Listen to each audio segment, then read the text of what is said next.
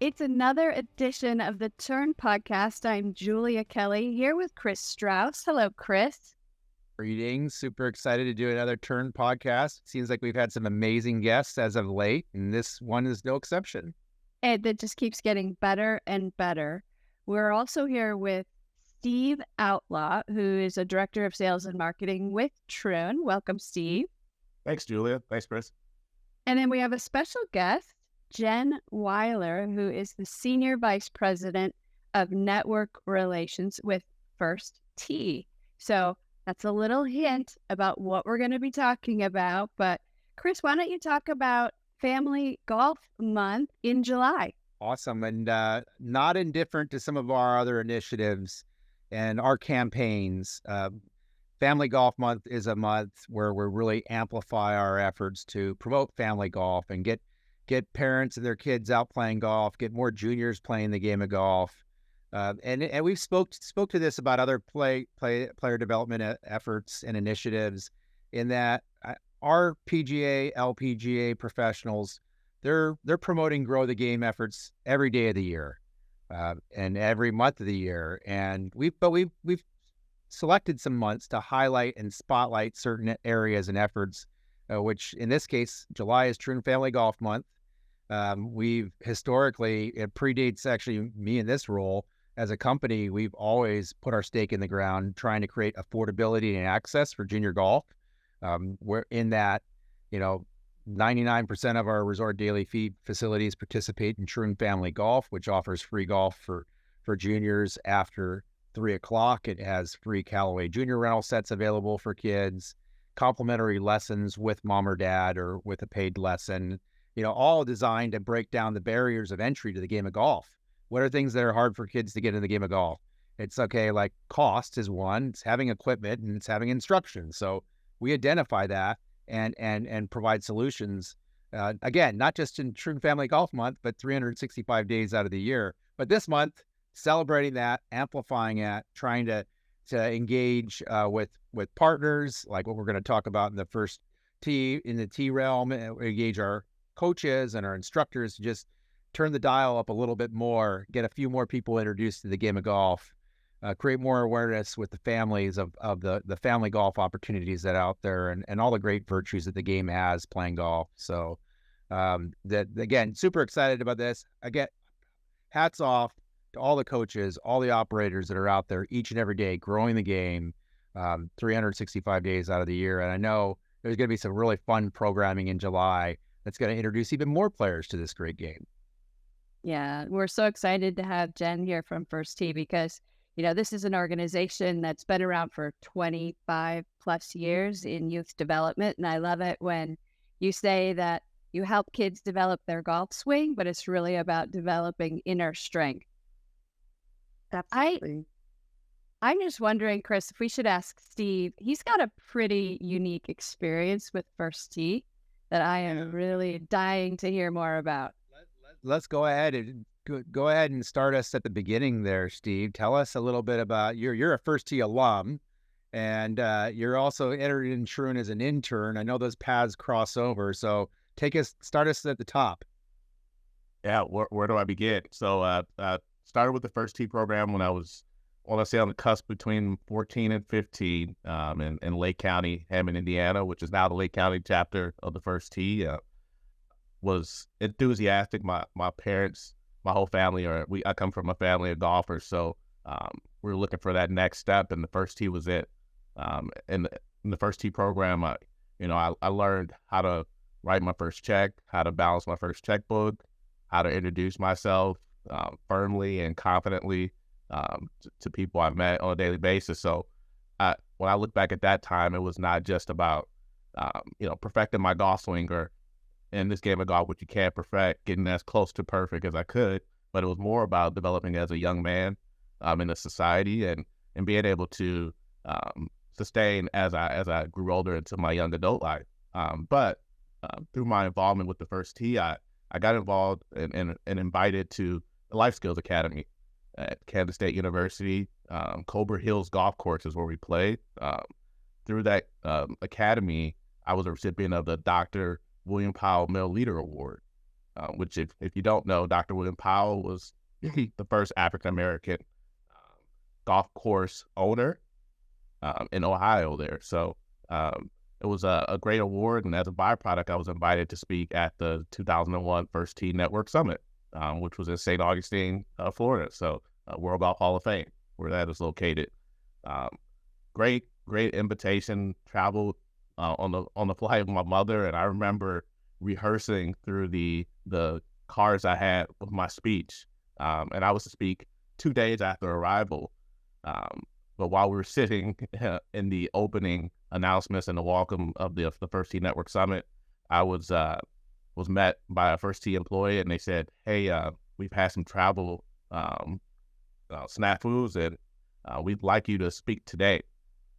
So, you can imagine as a 15, 16-year-old, I'm kind of had a curveball thrown at me, and oh my gosh, I have to go and speak. So ran back to the room, changed very quickly, got back down and got mic'd up backstage, went out, gave my speech, which, in my opinion, went very well. And while I was getting mic'd up backstage, I had the opportunity of meeting Dr. William Crouch, who was the president at that time of Georgetown College in Georgetown, Kentucky.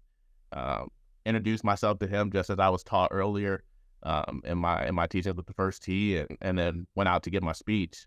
Coming backstage afterwards, or heading down to meet my mother, Dr. Crouch followed me on stage, and he kind of threw his speech out the window and went straight off the cuff and said, "Hey, I want to offer and extend a scholarship to Steve Outlaw to Georgetown College."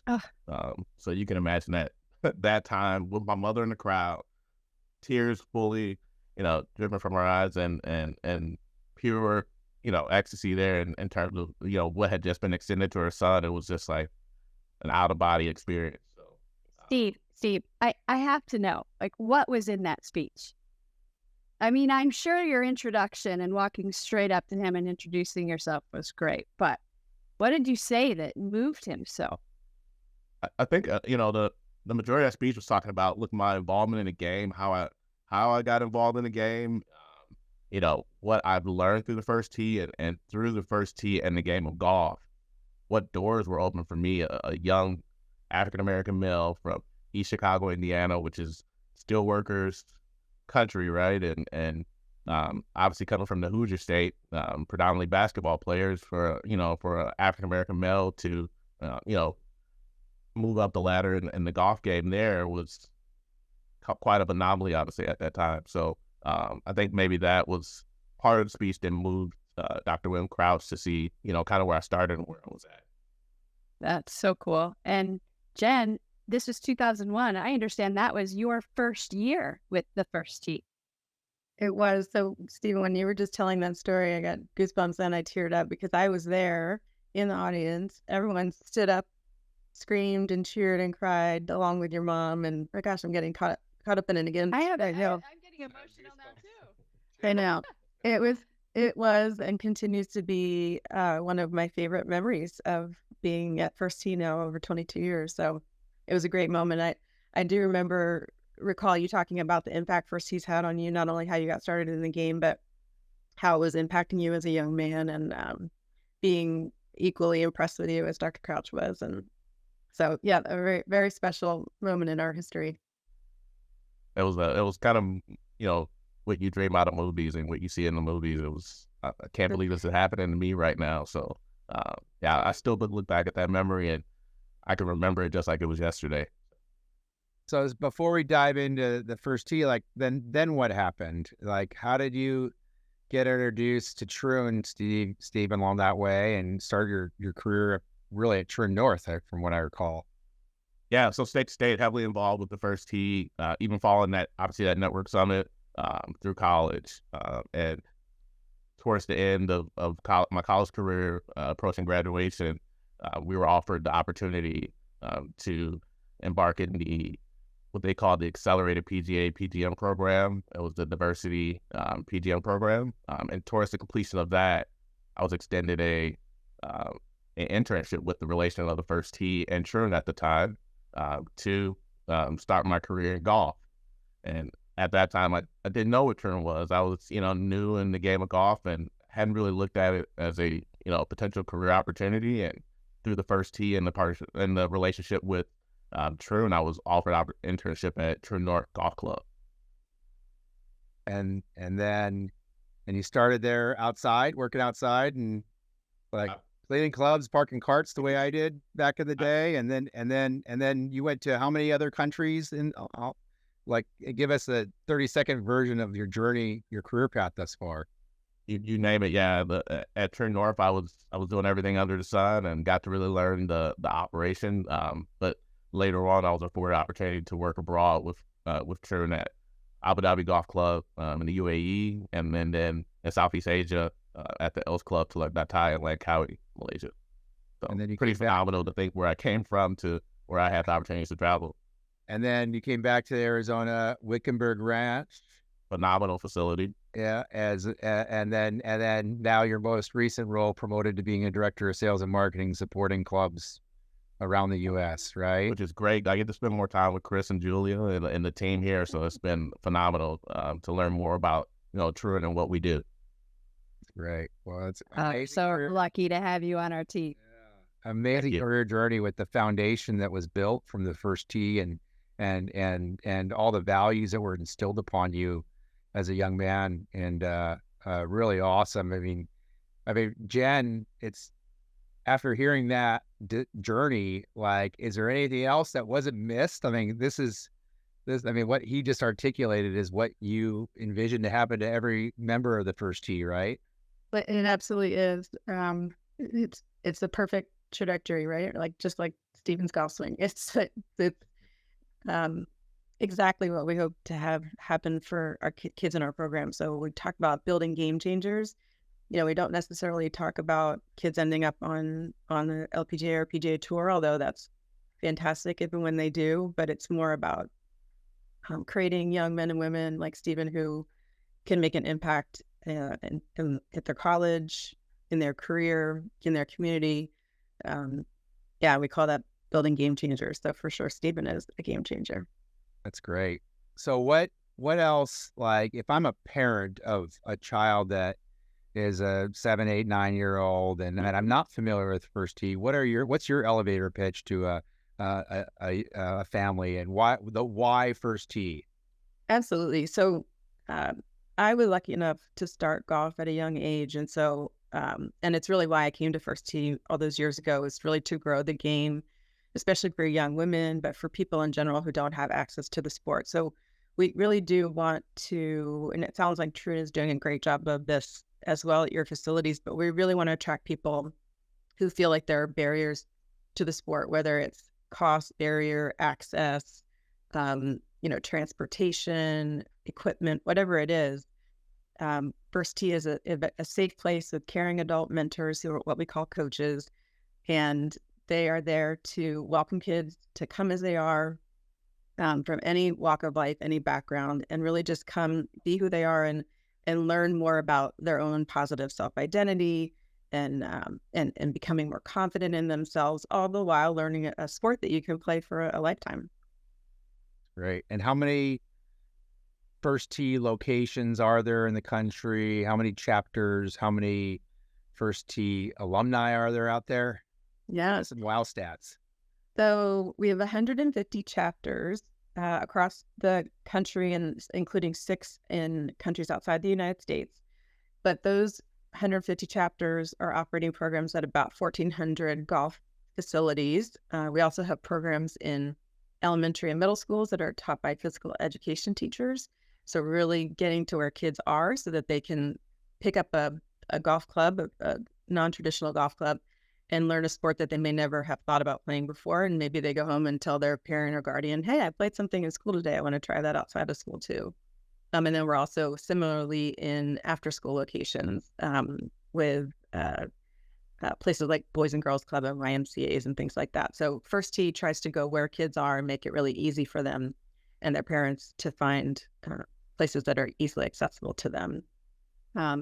Alumni is a great question, Kris. So just last year, we launched, kind of coinciding with our 25th anniversary, our First Tee alumni program. So we're really just starting to try to put tentacles out there to find people like Steven who were involved in First Tee a long time ago and get them to connect with us and then connect with one another and find, opportunities for internships and jobs and all those kinds of things. Places like Troon want to find diverse young talent like Steven, and First Tee is a perfect place to find them.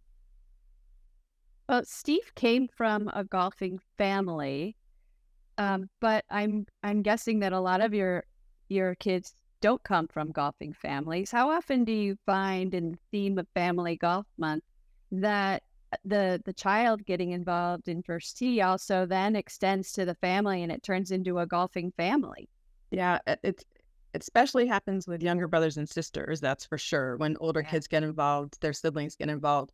But yes, our facilities really try to do a great job of welcoming moms and dads and grandparents and things like that too.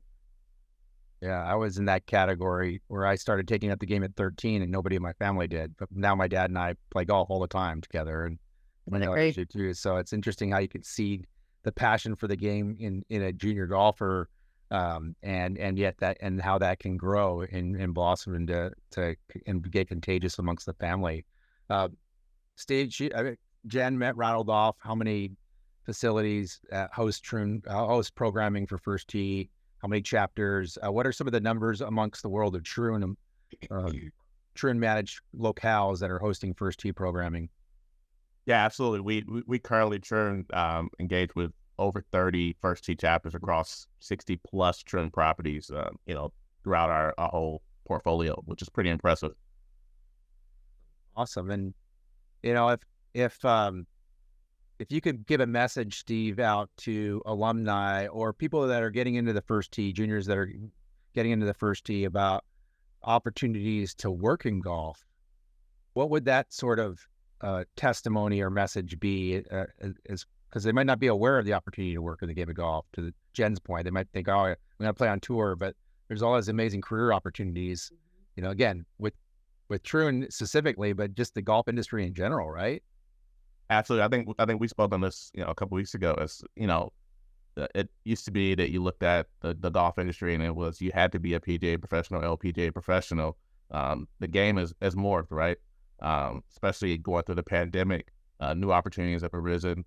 There's opportunities in every outlet for the golf course operation, from food and beverage to accounting to sales and marketing, which is very needed. And other areas, right? Agronomy.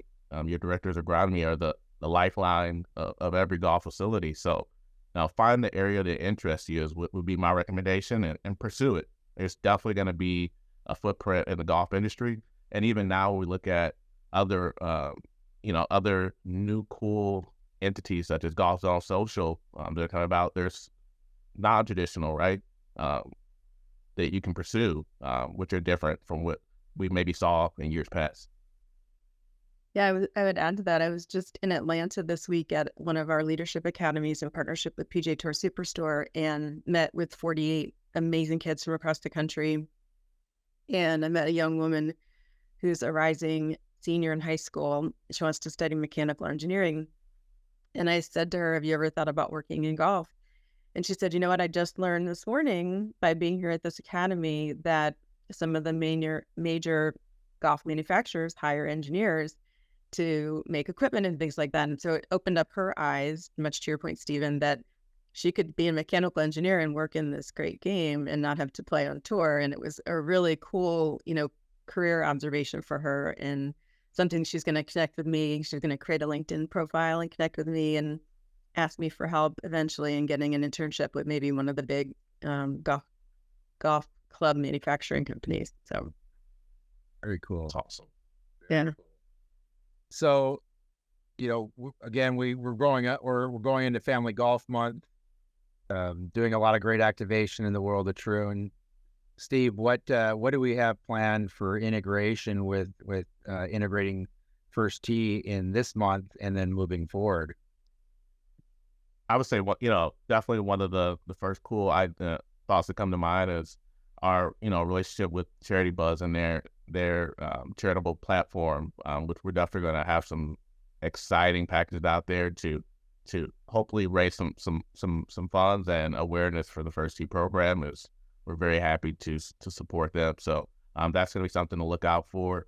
Along with that, different activations at the club level, obviously centered around growing the game, getting the families engaged and activated at the clubs, and providing that lifeline, right, that connection to the first tee. I know working at Wickenburg Ranch, we ran monthly, club donation campaigns, which were very key in terms of supplying clubs to, as Kris mentioned in his opening comments, the barriers are access, equipment and the costs, for equipment. So we try to take that barrier out, and that's something easily that our clubs can activate and help their local first tee chapter. And I feel like we're at a real advantage in this episode of the Turn podcast, in that we have an operator on the call as well as a sales and marketer in Steve Outlaw. So if you are a head golf professional, director of golf, director of instruction, what would be 3 things you do in Family Golf Month to really activate upon the opportunity that presents itself? Well, I would definitely do something around Family Golf Day, which is July 30th, if I'm not mistaken. So that's an easy activation where, you can tie in the, food and beverage aspect for those who are maybe new to the game of golf, something centered around a clinic for introducing, newbies to the game. And then you can tie in a fun aspect, right? And integrate with snag golf or something like that. That's cool and fun, but a little bit outside of the box, which will keep the excitement levels high and participation high as well. Along with that, I think that club donation is an easy one off, and then making sure we're just communicating and posting through our social channels and platforms about the first tee and Troon. Sorry, Julia. Well, you mentioned snag golf, and I had never heard of it before the first time I saw it working for Troon. If a listener doesn't know what that is, can you give a little highlight of it? Because it's pretty hysterical, and I love it when Kris Strauss wears the suit. It's the proverbial dunk tank for golf, right? But go ahead, Steven. I'd pay for that, Julia, to see Kris in that suit. But Let's do it. I remember when I worked at the first tee of Lake County, I would don the snag golf suit many times, and it was along with the clubs that they supply and the targets they also supply. It just makes the game easier. We always think of this game, especially as a beginner, it's so difficult, right, to kind of get through that initial hump, and it takes that totally out of the equation. The golf clubs are a little larger, providing it easier to hit. The limited flight golf balls are kind of easier to keep within range, and then making it fun and creating a game out of it with the snag golf suit where they have a moving target to hone in. And it's Velcro. It's Velcro, right? Like, so the balls that they're hitting, and you're aiming for this person in this suit. It's hysterical. It is hysterical. Jen, what looking at first tee, you've got this audience now, hopefully of millions of people listening to the Turn podcast. What would you like to say to the world about first tee? Well, I want to thank Troon, especially Steven, for your continued connection to first tee over the years. It's meant a lot, but we want to thank Troon for the support of local chapters, because each first tee chapter has its own independent board, its staff, and they are fundraising all year round to make a great impact in their community. So it's really very meaningful that Troon would think to support chapters during Family Golf Month and as you said earlier, all year round. And I would just say to operators and maybe anyone who's listening who wants to potentially get their kids involved, as I said earlier, golf is a sport that you can play for a lifetime. It's one that you can play with your family. You're outdoors.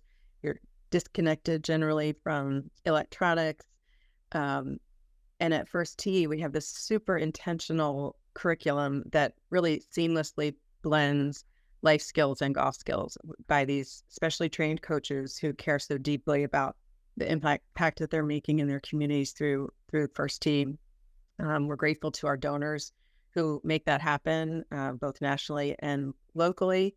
And I would just recommend for anyone to take up the sport during Family Golf Month. I've been so lucky to play. My favorite foursome when I was a little girl was me, my mom, my grandmother, and my sister. It was, Family Golf Month was all year round for us. It was really fun. So it's a sport that means a lot to me, and I know what an impact it can make in kids' lives through First Tee. And if I can add on to Jen's comments, golf is really a game for life. And I kind of think back, I was married, I got married, me and my wife 3 years ago, and all of my groomsmen were former First Tee participants. So to think of, like you said, you're developing those lifelong skills and, golf skills, and then obviously those friendships along the way. So this shows the impact of the program. Amazing. Very cool. Very great testimonials on both fronts. And again, thank you, Stephen, for sharing your story, and Jen, thank you for giving us all the great context as well. And we, I know if we do this podcast next year, our goal will be to have a bunch of great fundraising efforts that were executed and funds supporting the local efforts. And hopefully that number of 60 plus First Tee programming locations is double next year, Stephen, what it is today. So I know, again, super thankful for the opportunity to share both of your respective stories for yourself personally and your organization, Jen, as well. So appreciate your time. A lot of fun. Thank you so much. And thank you, Steve, for joining us and telling your story.